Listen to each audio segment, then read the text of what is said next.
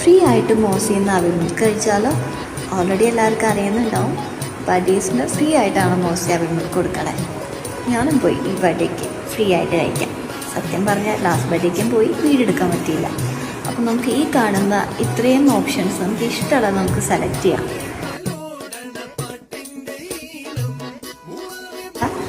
അതിന് നമുക്ക് ആവശ്യമുള്ളത് എന്താ? ജസ്റ്റ് ഒരു ID പ്രൂഫും നമ്മുടെ പേരും കോൺടാക്ട് നമ്പറും മാത്രം കൊടുത്താൽ മതി.